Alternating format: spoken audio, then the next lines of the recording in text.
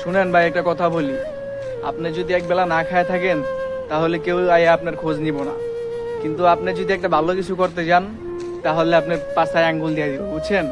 এটা হইলো গিয়ে আমাদের দেশের কি জানেন একটা নীতি। কারণ কোনো মানুষই চায় না যে তার থেকে আপনি উপরে উঠেন, তার থেকে আপনি ভালো কিছু করেন। যেমন থরসব বিলাল ভাই নিজে ফেসবুকের থেকে টাকা কামাইয়া মানুষের সাহায্য করতেছে। তার কি কামড়াইছে মানুষের সাহায্য করার? তার কাছে টাকা হইছে, মানুষের সাহায্য করতেছে।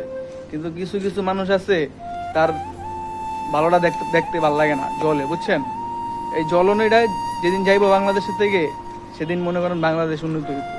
একটা মানুষ ভালো কিছু করতেছে, আপনারা চান না সে ভালো কিছু করুক।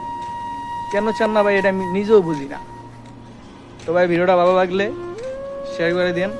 আর কি করবেন, শুয়ে শুয়ে খালি মোবাইলে টিপতে আছেন, কিন্তু শেয়ার করতে কষ্ট লাগতেছে, এটাই প্রবলেম। ঠিক আছে।